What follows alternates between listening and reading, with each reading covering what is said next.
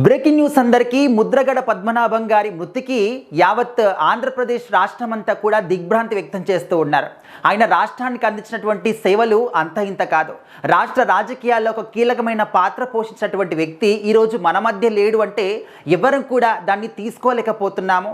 ఇలాంటి మంచి వ్యక్తులు చాలా తక్కువగా ఉంటారు. సో ఇలాంటి వాళ్ళ ఆత్మకి శాంతి చేకూరాలి అని చెప్పేసి ప్రతి ఒక్కరు కూడా ఓన్లీ ఆంధ్ర రాష్ట్రం అని కాదు, ఆయన సేవలు తెలిసినటువంటి ప్రతి ఒక్కరు కూడా ఇదే భావిస్తూ ఉన్నారు. ముఖ్యంగా కాపు వర్గానికి ఆయన చేసినటువంటి పోరాట సేవలు అంత ఇంత కాదు. కాపు వర్గం కోసం ఆయన చేసినటువంటి ఆ ఒక పోరాటం కానీ అండ్ కాపు వర్గం కోసం ఆయన చేసినటువంటి ఆ ఒక సేవలు కావచ్చు, ఇప్పటికి కూడా ఎవ్వరు కూడా మర్చిపోలేరు అనమాట. ఇప్పటికని కాదు, ఎప్పటికి కూడా ఆయన సేవలు అనేవి అదే విధంగా ఉండిపోతాయి. ఎందుకంటే ఆయన చేసినటువంటి ఒక మాట్లాడేటటువంటి మాట విధానం కావచ్చు, చేసినటువంటి పనులు కావచ్చు, వాళ్ళకి ఇచ్చినటువంటి హామీలు కావచ్చు, ఏ విధంగా నెరవేర్చాడు, ప్రభుత్వంతో ఏ విధంగా ఫైట్ చేశాడు అనేది రాష్ట్ర వ్యాప్తంగా ఉన్నటువంటి ప్రజలందరూ కూడా చూశారు.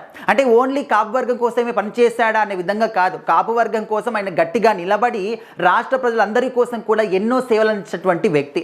సో ఆయన యొక్క మరణానికి పవన్ కళ్యాణ్ గారు ఆయనకు కూడా రీసెంట్గానే భుజానికి ఆపరేషన్ అయింది అండ్ ఈరోజు మార్నింగే డిశ్చార్జ్ కూడా అవ్వడం జరిగింది. సో మరి పవన్ కళ్యాణ్ గారు ముద్రగడ పద్మనాభం గారు మృతి చెందారు అని చెప్పేసి న్యూస్ తెలిసిన తర్వాత ఆయన కూడా దిగ్భ్రాంతి వ్యక్తం చేశాడనమాట.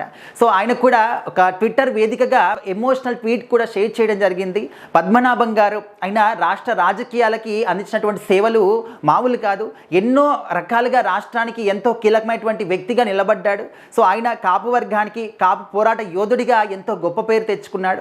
అలాంటి పర్సన్ మన మధ్య లేడు అంటే దాన్ని నేను నమ్మలేకపోతున్నాను. సో కుటుంబం మొత్తానికి కూడా ప్రగాఢ సానుభూతి, అందరికీ కూడా ధైర్యంగా ఉండాలని చెప్పేసి కోరుకొని, అదేవిధంగా పద్మనాభం గారి యొక్క ఆత్మకి శాంతి చేకూరాలి అని చెప్పేసి పవన్ కళ్యాణ్ గారు కోరుకోవడం జరిగిందన్నమాట. అండ్ అదేవిధంగా ముద్రగడ పద్మనాభం గారు 1978లో మొదటిసారి శాసనసభ్యులుగా ఎన్నికయ్యారు. ప్రజలు ఆయన్ని ఏ విధంగా ఆశీర్వదించారనేది మనము ఆ తర్వాతి కాలంలో చూసాము. 4 సార్లు ఎమ్మెల్యే అయ్యాడు, ఒకసారి కాకినాడ నుంచి ఎంపీగా కూడా ఆయన గెలవడం జరిగింది.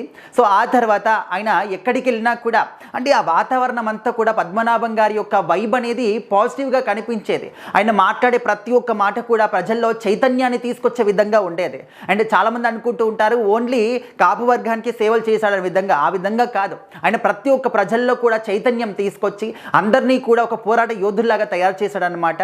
సో ఈరోజు ఆయన చనిపోయినటువంటి ఒక వార్త తెలిసిన తర్వాత యావత్ ఆంధ్ర రాష్ట్రం అంతా కూడా శోకసంద్రంలో మునిగిపోయారు. సో మరి ఆయన ఆత్మకి శాంతి చేకూరాలి, ఇలాంటి యోధులు, ఇలాంటి ఒక రాజకీయ నాయకులు మళ్ళీ రావాలి అని చెప్పేసి ప్రజలందరూ కూడా ఆకాంక్షిస్తూ ఉన్నారు.